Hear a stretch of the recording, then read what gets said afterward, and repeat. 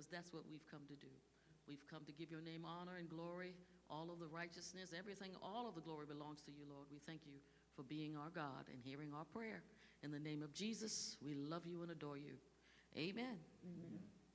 Amen. I've been asking if we've been having fun in Judges, and Brother Crow said, Samson. Then he said, hee. He said, Samson, then he giggled. So Samson actually was the last judge. You don't hear another judge being named as we go into chapter 20. And we know, I think judges could have been also titled, sometimes they feel like a nut, and sometimes they don't. It's like if they were led by a righteous judge, they had a righteous ending. If they were led by a corrupt, or they had likewise, they had that same ending. But now we're in chapter 20. And chapter 20 to me is a great parallel to society today. There are a lot of parallels. I found so many parallels that I started thinking about Black Lives Matter, about white supremacists, about all the people who come together and create havoc right in a society when we're all human or we're all American. So why are we against each other? In this situation, they're all Israelites. But somehow, division has found its way right in the place, right in the family, right in the family. I think I call this study for me is a basis for civil war. And it's almost a question, is this the basis for a civil war? Should this be the basis for a civil war? War against Benjamin. Benjamin was among the tribes. He was one of the, he was a rightful heir. But over time, Benjamin became quite corrupt, downright nasty. Had all kind of things going on in Benjamin. The tribe of Benjamin, Benjaminites. They were also sodomites, really, and other kind of ites, not goodites. They had their thing. So in chapter 19, which you guys did last week, right?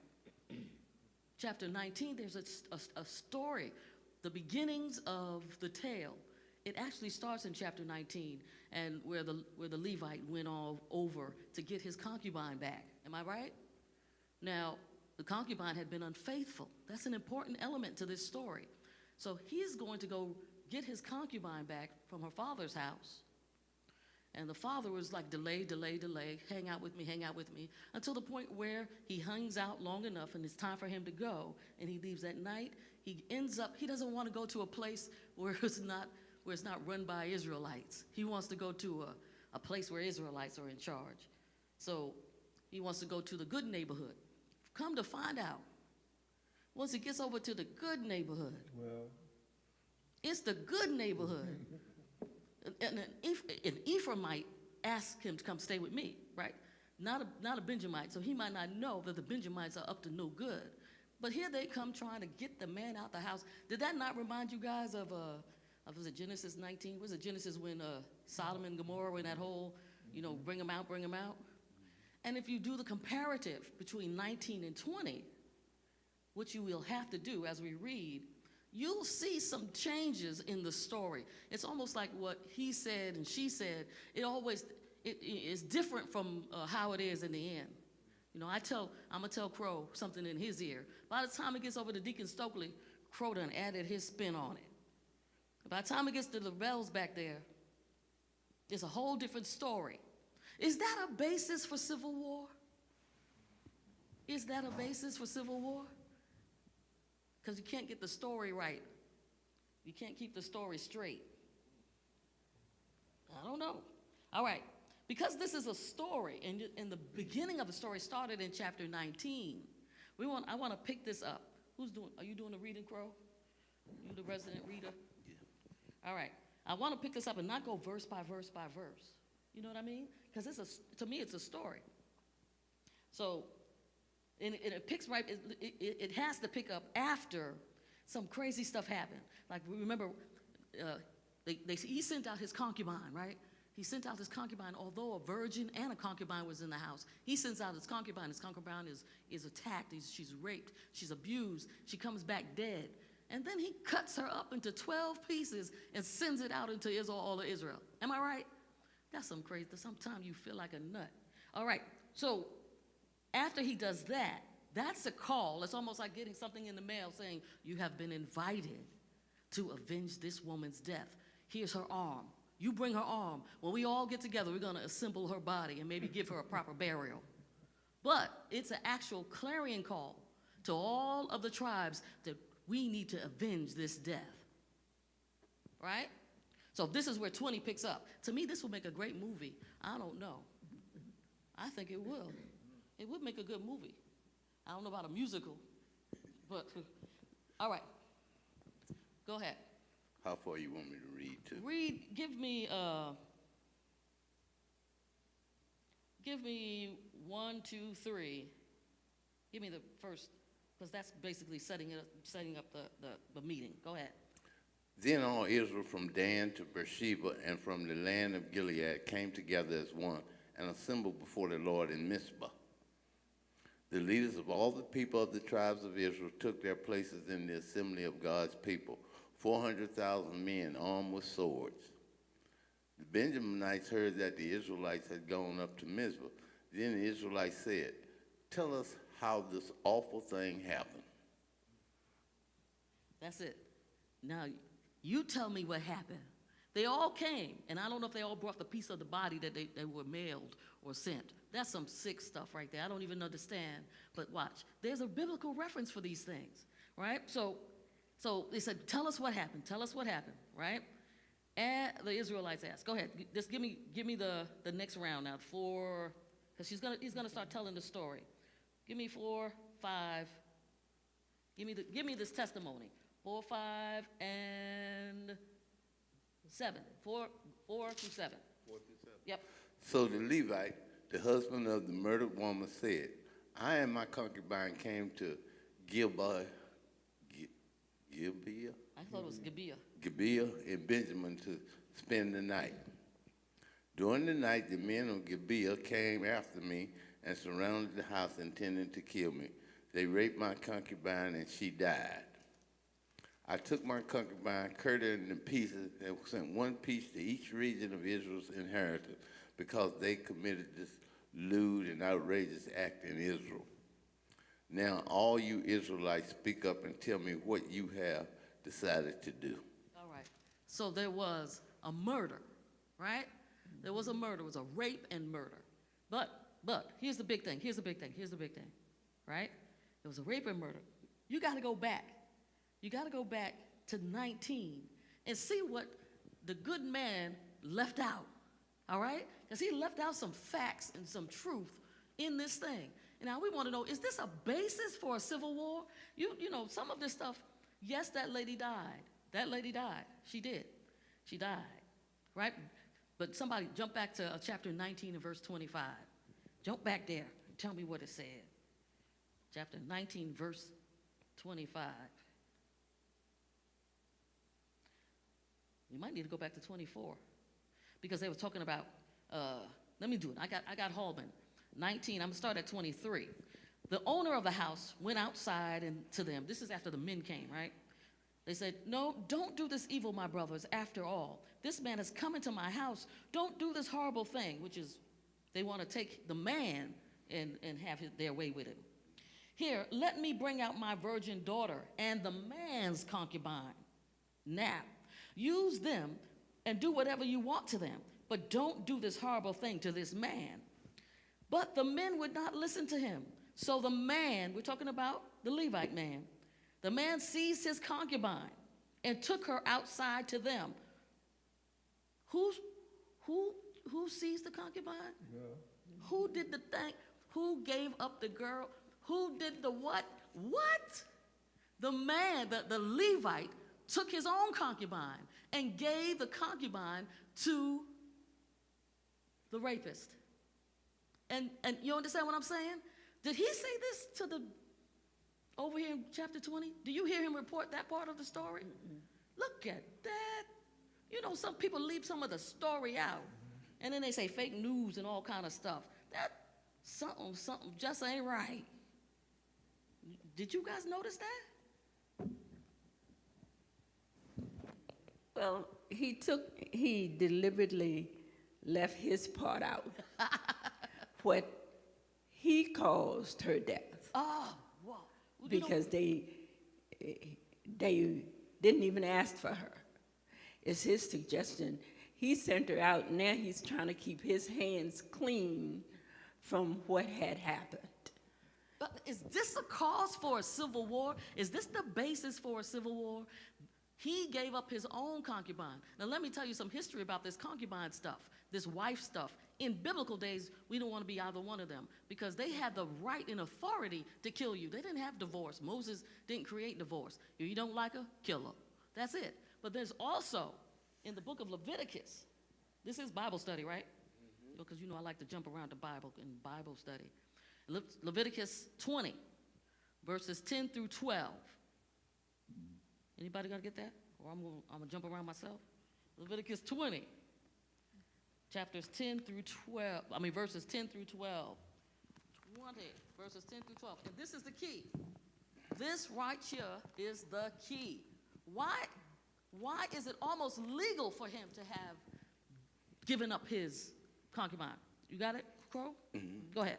If a man commits adultery with another man's wife and the wife of his neighbor, both the adulterer and the adulteress are to be put to death.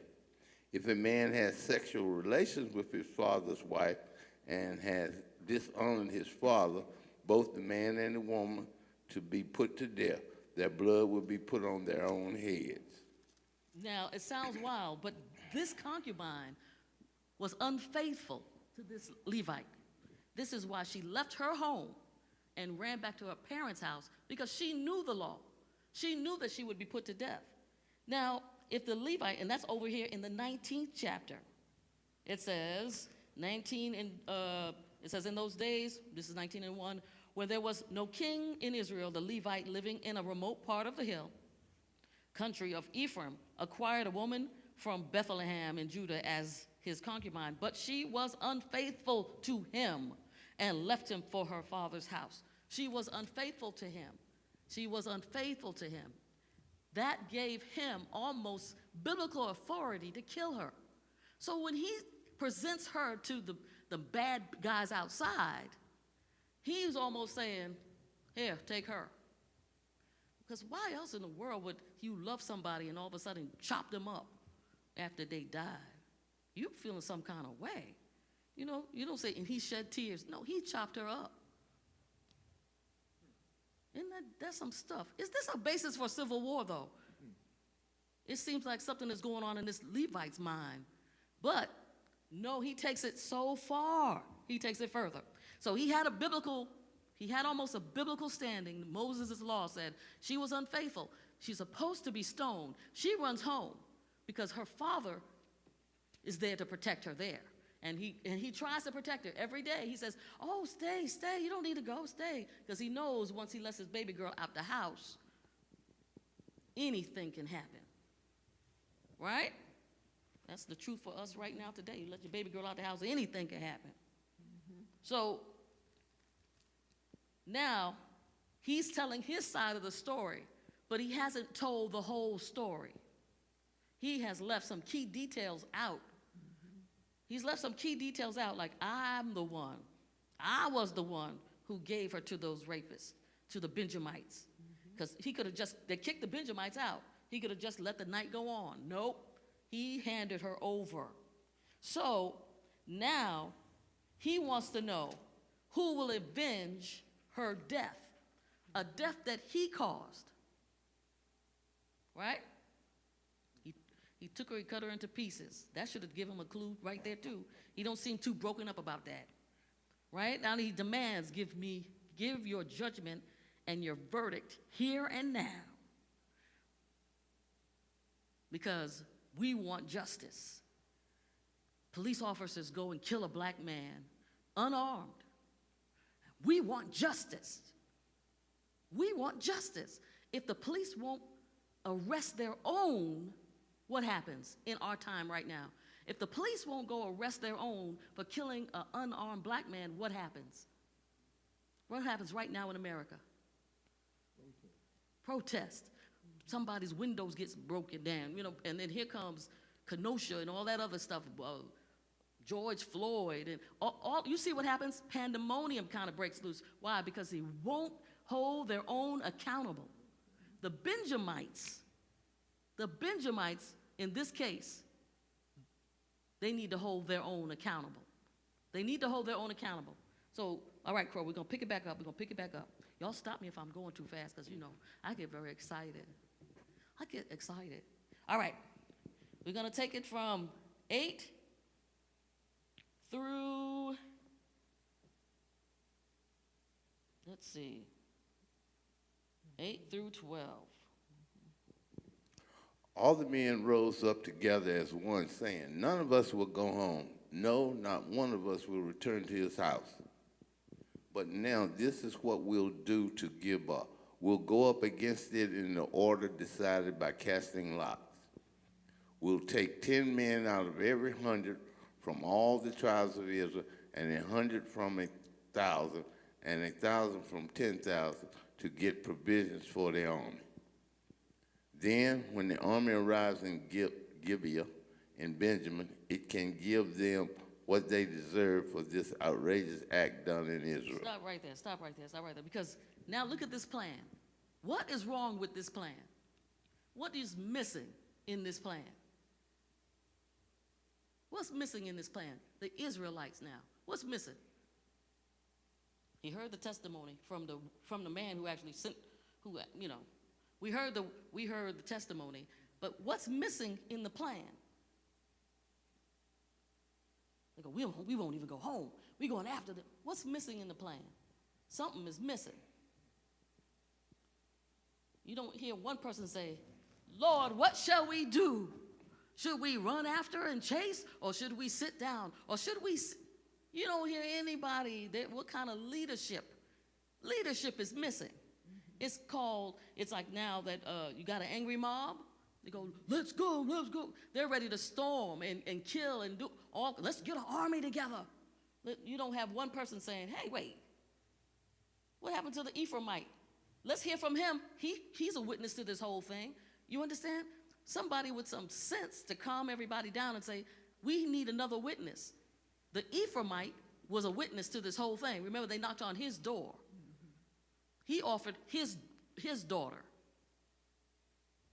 He saw when the Levite gave up his concubine. He saw that.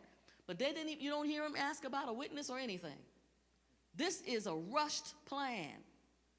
Sometimes we get ourselves, because we're all emotional, we get ourselves in a bind because we don't stop and check with the Lord because we're so emotional.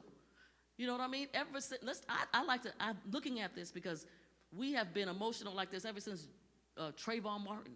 I'm talking about as a people, because that's not right. How about emotional like this ever since slavery? As a people, we got no choice. They treat us like, I don't even know.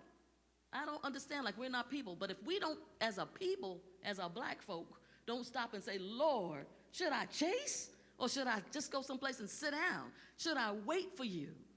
Wait for you to direct me where I should go? No. Let's go get as many angry people as we can, and let's storm the Congress. You know what I'm saying? Let's go get as many angry people as we can, and let's avenge this concubine that the man would have killed anyway, because that's what he was destined to do. Is this a basis for a civil war? Is this a basis for it? What do you think? It's quiet.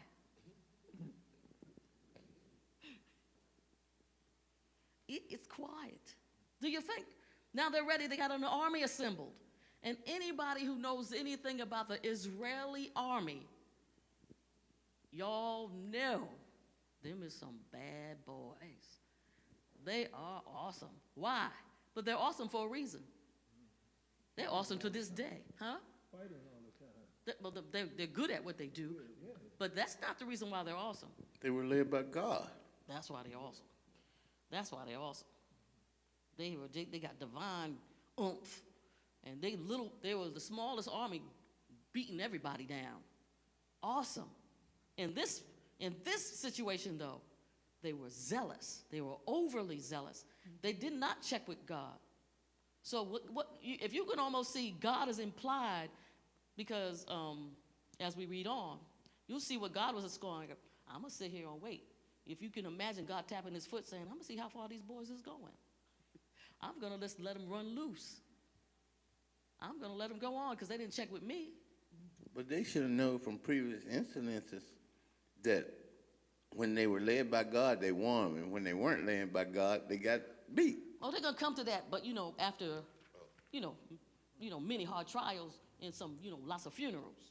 After a while, you realize if my people who are called by my name will humble themselves and pray, turn from your wicked ways. You know what I'm saying? We realize that even now today. Why are we going through so much? Because we forgot to put God ahead of our plans. We have forgotten to say, Lord, I won't go unless you go with me. That's what Moses said. Don't send me unless you're going with me. And they didn't say that here. They jumped right to the conclusion. First off, the Benjamites, they were guilty. They killed somebody. They forced themselves, gang raped this girl. They forced themselves. Not one, as many of them as could do, as can get in there. They killed her, brought her back, threw her on the steps. There she was in the threshold of the door, dead. My premise is, it's at her own husband's hand, because he's the one who presented her to them. And he was, according to Leviticus 19, she was unfaithful, they get stoned. If you're unfaithful, in those days, they didn't have divorce. Jesus came and saved many people's lives when he said, Moses, you know what I mean? He came and helped us. And you look at, yes, according to the law, hard law. What he did with his concubine, it was okay, according to the law. But when you look closely at his motive, he didn't do that because the law said I could do it. His whole motive was to protect this man. To protect this man. To protect himself. Yes. Yeah. He's the man. Well, the Ephraimite was trying to protect him from being, compromised as a man. Right. They offered the women. Exactly. So here he is. You're looking at his motive. They didn't want him. I mean, they didn't want her. They didn't even want the virgin.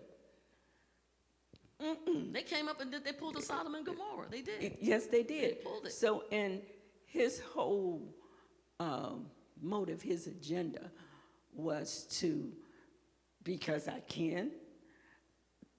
But a concubine is not a wife. In this sense, she would be, because she would be considered his personal, that's just that. Concubine was the side chick. Well, the side chick she didn't have much pull, as you could see. So she must not have been, that much on the side. So, she must have fell to the, huh? He didn't send his wife out, the virgin. Well, the virgin wasn't his wife. The virgin was the Ephraimite's daughter. That stayed there. Right. She lived there. So to me, these are witnesses. The Ephraimite and the daughter, they could have got up and go, I'd like to testify. I got a testimony. You know what I'm saying? He sent his own side chick to, you understand? And then cut her up. So, how broken up was he? You don't see, and he more than he grieved. No.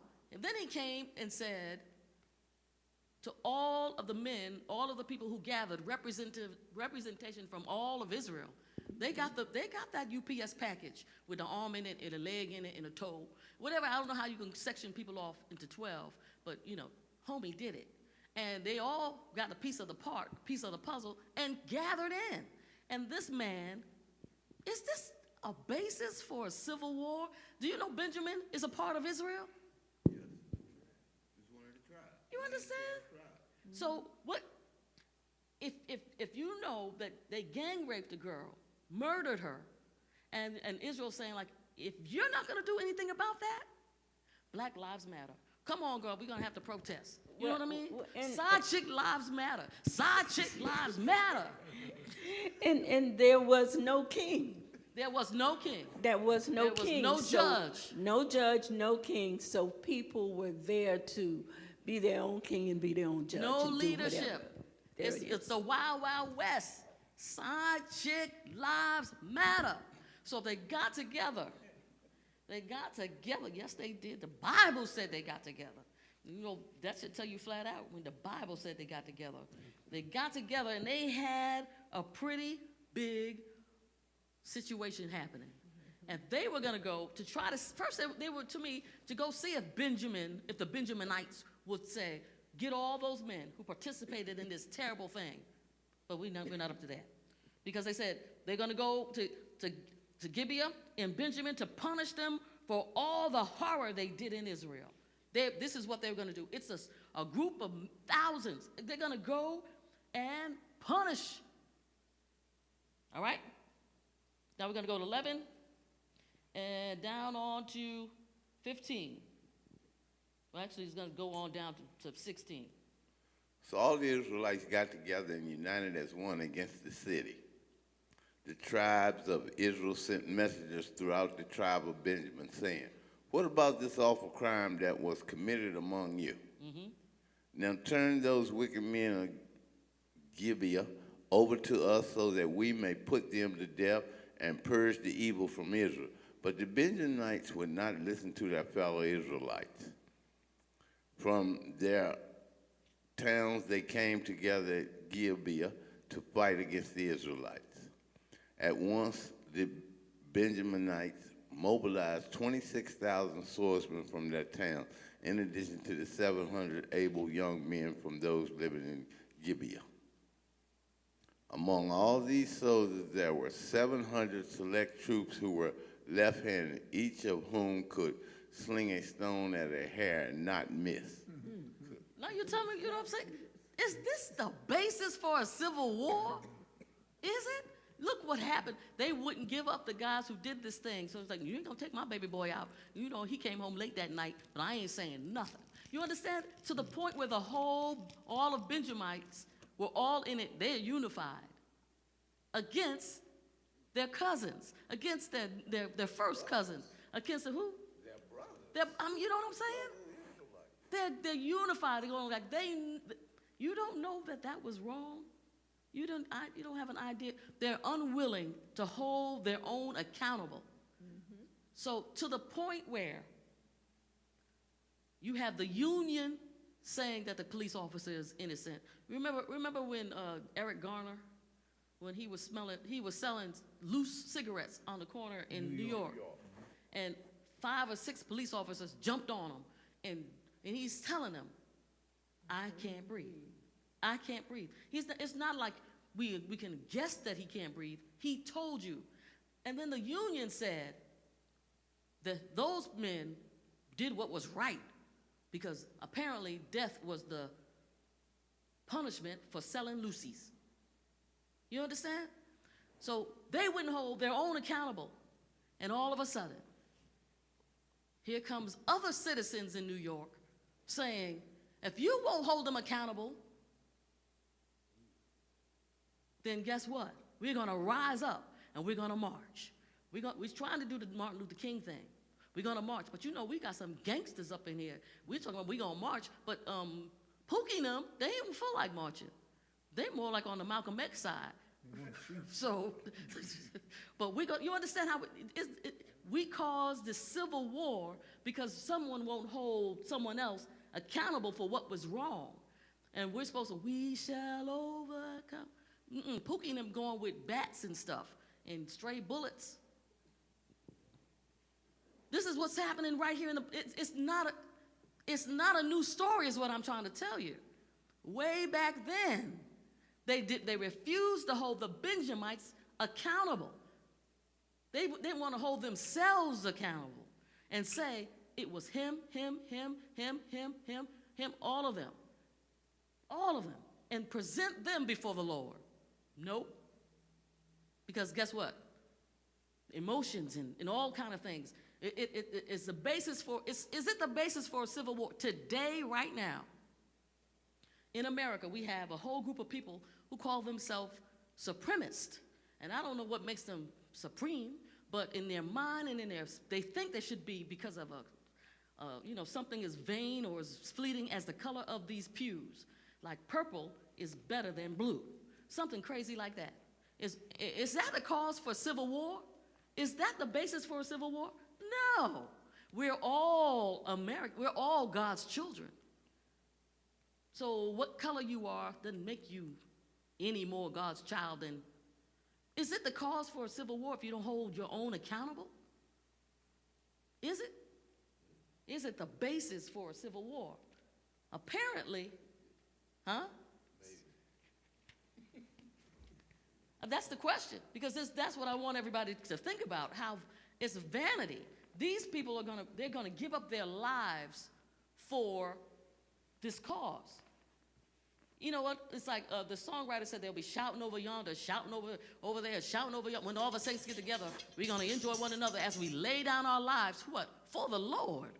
I'm gonna lay down my life for your concubine that you done lied about and presented false testimony. You understand what I'm saying? Or I'm not laying down my life for a Benjamite who raped a girl and murdered her and left her on the doorstep. You gonna lay down your life for that? I don't know. So anyhow, they got the army together. The Benjamites, they figured like, hey, if you're gonna bring an army, guess what? I'm a part of the Israeli army. I'm a bad something myself. I can sloop, I got slingshots, and I'm ready to confront you. Right? So we're going to pick it up right there at 17, because this is where they counter.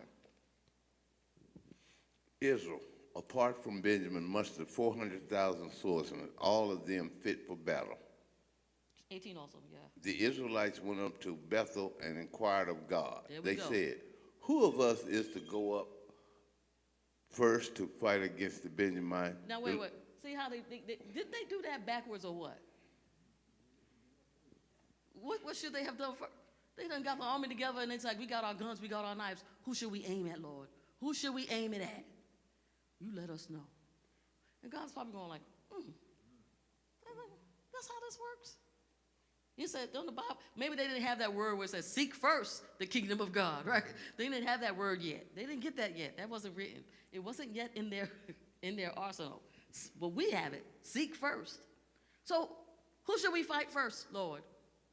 The Lord replied, Judah shall go first. You know what? I find that go like Judah's probably going, what? I thought we were your favorites. You know what I'm saying? We the one we the shouters in the group. We got the music. We you know what I'm saying? I thought we were. You go first. You go first, Judah. Go ahead. See, tell me what happened. 19 through 23. The next morning, the Israelites got up and pitched camp near Gibeah. The Israelites went out to fight the Benjaminites and took up battle positions against them in Gibeah. The Benjaminites came out of Gibeah and cut down 22,000 Israelites on the battlefield that Lord day. Jesus, Pookie gone. I'm serious. Go ahead. But the Israelites encouraged one another and again took up their positions where they had stationed themselves the first day. The Israelites went up and wept before the Lord until evening, and they inquired of the Lord. They said, shall we go up again to fight against the Benjaminites, our fellow Israelites? The Lord answered, Wait, you know what I'm saying? No, wait. Because isn't that what they should have asked God way back in chapter, in verse 1? Oh my God. Now they're coming up with it, 22,000 gone. Because, it's something when your enemy seems to have authority over you, isn't it? Doesn't it make you something? You think you're the prayer warrior, and all of a sudden your enemies rise up, and they don't rise up. They kick your rising up. You know what I'm saying? They get you. And you're saying, what in the... I'm supposed to be the... Lord, you don't know that I'm here. I love you, and I serve you. God's looking at you like, you feel some kind of way about yourself. But you did not seek first Now they're coming up asking God questions. Lord, Lord, let me say it in my prayer voice. Lord, you know what I'm saying? You're trying to get your lips right to present yourself before the Lord when you have already made all of your plans. You have already got I'm sure they're sitting up there in all uniform and everything. They all got the same camouflage on, talking about who should we shoot first. God said, if they would have asked God, he probably said, don't shoot nobody. This is your brother. Was your brother wrong? If they would have let God take care of it, I'm sure God had a different way of doing it. You understand? When we try to do stuff, we mess up. 22,000 people dead. And now we're coming back to God crying. These are grown men. And now they could be weeping and mourning. You know what I'm saying? They're coming back to the Lord crying. Well, and I'm sure they're going like, oh, well, now they're asking him. They said, shall we go up again to fight against the Benjaminites, our fellow Israelites? The Lord answered, go up against them. Then the Israelites drew near to Benjamin the second day. Go ahead, keep going. This time, when the Benjaminites came out from Gibeah to oppose them, they cut down another 18,000 Israelites, all of them armed with swords. Then all the Israelites, the whole army, went up to Bethel, and there they sat weeping before the Lord. Oh. I'm sure the Lord said, everybody take this Kleenex and pass one down. You know what I'm saying? They were wiped out. There were thousands of them who came to fight, and there were 1,000 of them who will never fight again. And it's still like saying, oh my gosh, I thought I was right. And God was saying, like, you thought you was right. The Benjamites, they think that's right. You come into our neighborhood, first off, they knew the land. They went over to their, you come in over into Deep Creek. I know where the best pizza place is. You understand? I know my territory. If I come over to your territory, you got to show me. Sometimes I got to Google myself out. I got to MapQuest myself from these little neighborhoods because I get lost just in, you know what I'm saying? That's what happened to these Israelites going over to Benjamite's house. They knew where to set up the ambushes. They knew how to do all these things. And still God is saying, Lord, they coming in crying. And it's worth crying. Remember, there was only one woman who got killed. One woman. How many Israelites have been killed on her behalf? 40,000 so far. How many? 40. 22 the first time, 18 the second time. Is this the basis for a civil war? We're going to you know what I'm saying?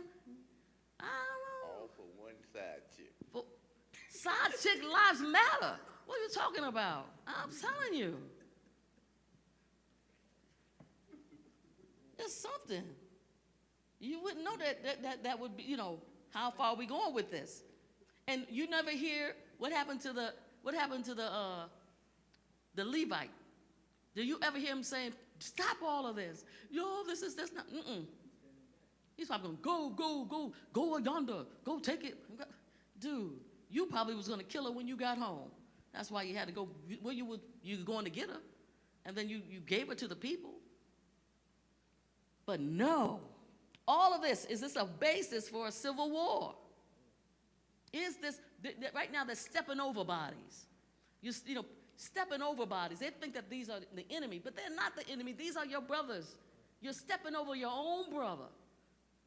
And you got to say, for what? You don't hear anybody ask themselves. For what? Let's ask God. Should we again fight against our brothers, the Benjamites? I should have asked you this in the beginning, but because I didn't. Right? Let's go on, because God says, fight against them. They fasted that day until evening and presented burnt offerings and fellowship offerings to the Lord. Wait, stop right there. Because you see how they're escalating? First they came and asked him a little bit. And then they came and wept before. And now they're going to say, well, let's see if we can't get a dinner going. If the Lord will come for some supper, offer him a burnt offering. Let's see if we can't, do what. Let's have a service. Let's have a appreciation service for the Lord and see if he. Go ahead. And the Israelites inquired of the Lord. In those days, the Ark of the Covenant of God was there. with Phinehas, son of Eleazar, the son of Aaron, ministering before it. Mm-hmm. They asked, shall we go up again to fight against the Benjaminites, our fellow Israelites, or not? The Lord responded, go, for tomorrow I will give them into your hands. So now, God is saying, it's time now. This side has gotten their losses. That side is all, the Benjamites, they are, they think that they're winning. They're winning the battle, so they feel quite confident. They're taking brothers out. It never even occurs to them that that's my brother and I'm gonna kill him anyway. They just, first off, they were some nasty people anyway. You see what they did to that girl. You heard what they did to that girl, right? I'm sure they were doing all that. You heard what they did. You heard what they did. Making up stuff, trying to build it up. You heard what they did to that girl, that side chick. Now here's a war. So God tells them now, go ahead. Go ahead. Then Israel set an ambush around Gibeah. They went up against the Benjaminites on the third day and took up a position against Gibeah as they had done before. The Benjaminites came out to meet them and were drawn away from the city. They began to inflict casualties on the Israelites as before, so that about 30 men fell in the open field and on the road, the one leading to Bethel and the other to Gibeah. While the Benjaminites were saying, we are defeating them as before, the Israelites were saying, let's retreat and draw them away from the city to the roads. All the men of Israel moved from the places and took up positions at Baal Tamar, and the Israelite ambush charged out of its place on the west of Gibeah.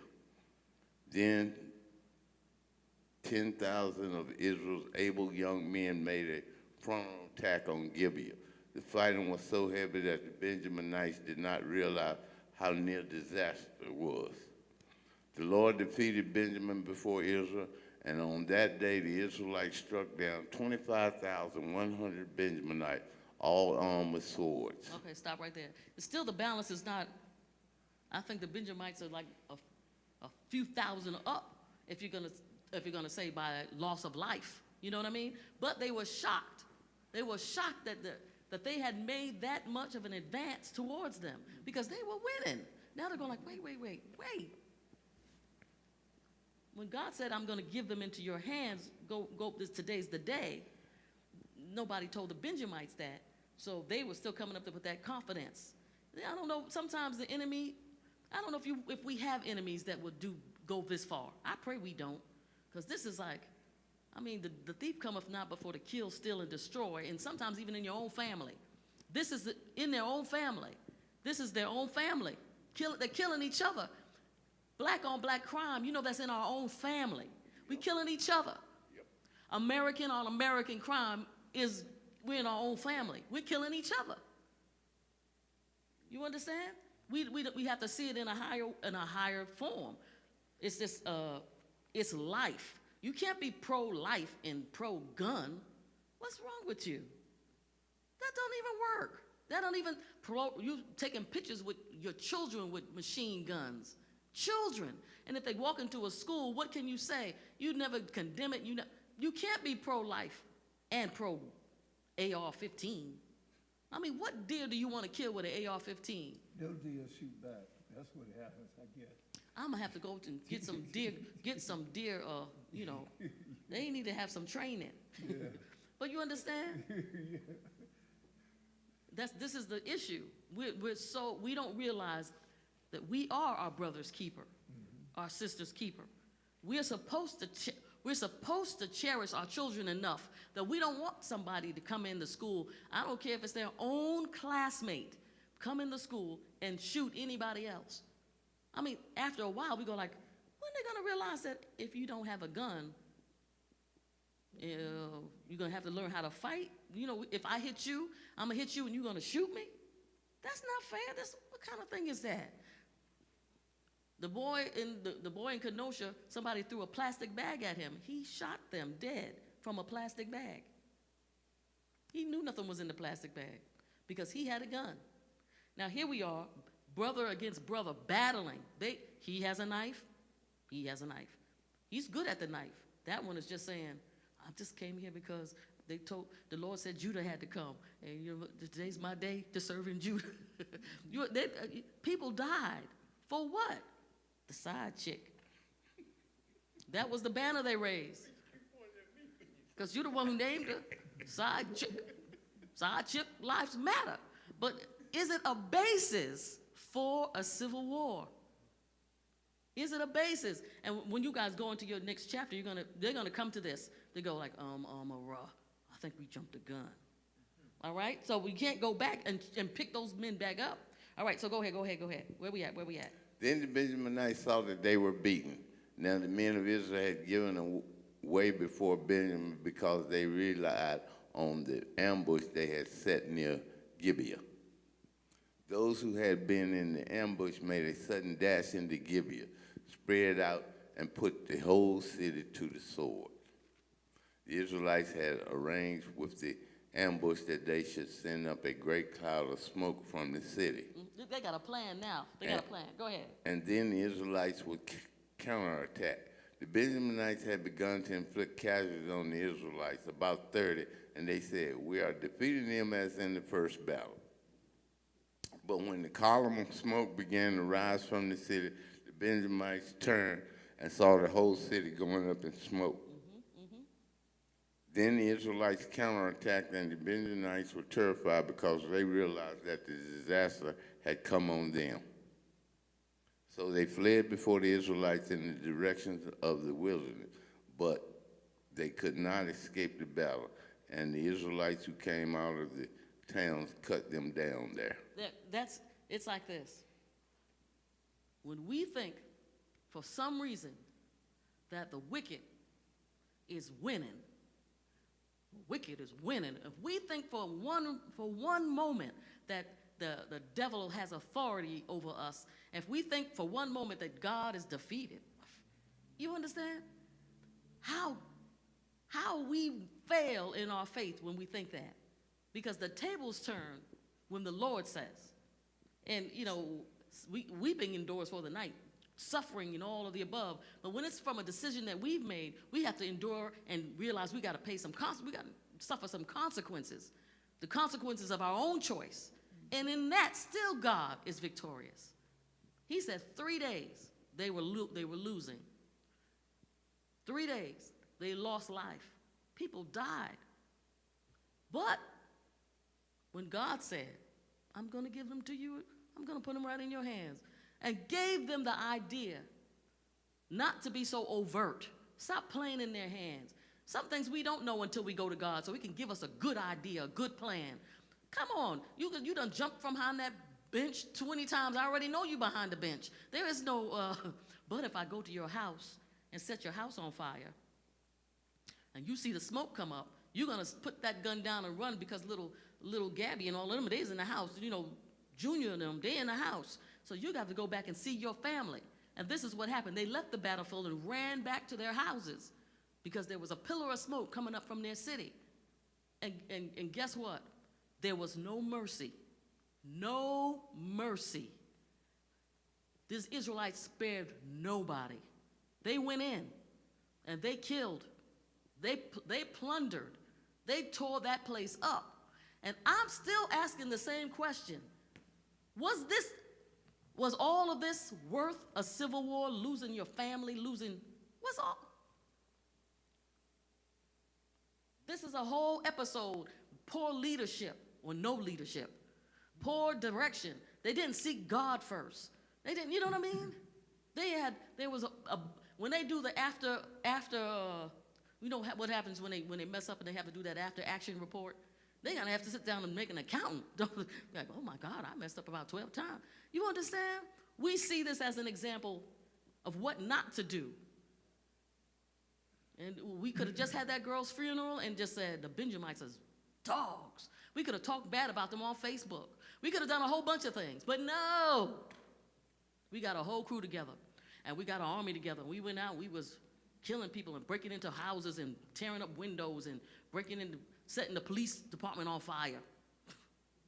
We were doing all kinds of things instead of just saying, let's seek God first. Where am I at? Because I'm gonna leave the rest for you guys next week. I think, am I in? Where do we stop at? 43. Where are we at? 43. Let's see if we can stop at. Oh, we're almost there. Let's go ahead, read the rest. We're almost there. Woo-hoo! They surrounded the Benjaminites, chased them, and easily overran them in the vicinity of Gibeah on the east. 18,000 Benjaminites fell, all of them valiant fighters. As they turned and fled toward the wilderness to the rock of Rimmon, the Israelites cut down 5,000 men along the roads. They kept pressing after the Benjaminites as far as Gibeah and struck down 2,000 more. On the day, 25,000 Benjaminite swordsmen fell, all of them valiant fighters. But 600 of them turned and fled into the wilderness to the rock of Rimmon, where they stayed 4 months. The men of Israel went back to Benjamin and put all the towns to the sword, including the animals, everything else they found. All the towns they came across, they set on fire. Is that the basis? Is this a good basis for a civil war? Is this, you understand how far this thing went? It went over the top. Over the top. Oh my God. There 600 men were left. And as you read into your next chapter, they had to find wives and everything for these 600 men to try to rebuild Benjamin when they realized Benjamin is my brother. They killed all the women. They killed the dog and the cat. They killed the dog and the cat. I mean, woo, for the side chick. Is this the basis for a civil war? All right. That is our Bible study. I know that was wild, right? You would have me do something, because you know I would come in here and say side chick. You know what I'm saying? The Lord is my shepherd. All right. Am I supposed to do an outro? Well, thank you guys for joining us for our Wednesday night Bible study. We'll be back to our regularly scheduled service on Wednesday because, you know, they let the gangster out every now and then. All right, be blessed.